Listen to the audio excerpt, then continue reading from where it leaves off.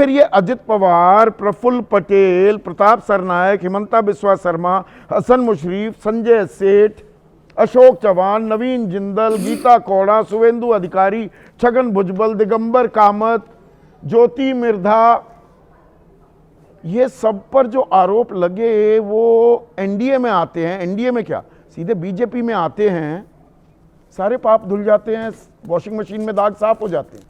दो चीज़ें और मैं स्पष्ट करना चाहता हूं जो आपने उठाई हैं जी, और जो हमसे वाबस्ता हैं। नंबर एक, बिहार में जिन मंत्रियों पर, जिन नेताओं पर भ्रष्टाचार के आरोप पीके ने लगाए हैं, वो भ्रष्टाचार के आरोप अदालत से जिस दिन साबित होंगे, 24 घंटे में नीतीश कुमार जैसा यशस्वी मुख्यमंत्री उनको मंत्री परिषद से बाहर कर देगा। नंबर एक, बहुत जिम्मेदारी के साथ आपसे नहीं, अब इसी में मैं दूसरा- एक इंटरवेंशन करना चाहूंगा सर। दूसरा- क्योंकि आप इतने तजुर्बेकार हैं, शब्दों का खेल आप जानते हैं।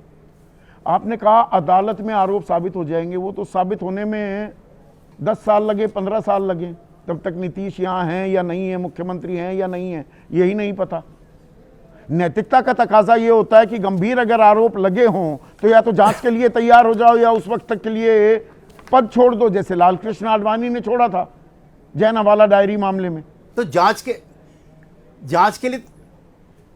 के लिए तो संदीप जी सब तैयार हैं, वो अदालत में तो जाएं। तीसरा, मैं आपसे एक चीज पर डिसएग्री करता हूं।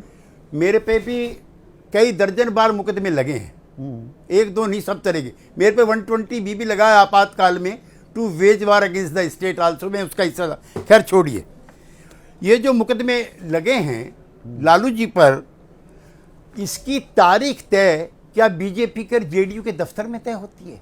कम से कम तमाम चीजों का विरोध करने की सबको आजादी है, लेकिन नहीं, सीबीआई जिस केस को बंद कर देती है, सीबीआई जिस केस को बंद कर देती है डिस्प्रोपोर्शनेट एसेट्स मामले में, सुप्रीम कोर्ट दलीलों को खारिज कर देता है कि ये बेकार के आरोप लग रहे हैं, उन केसों को दोबारा से क्यों खोला जा रहा है, उन पर आरोप क्यों तय हो रहे हैं, ये पूछ रहे हैं लारिब।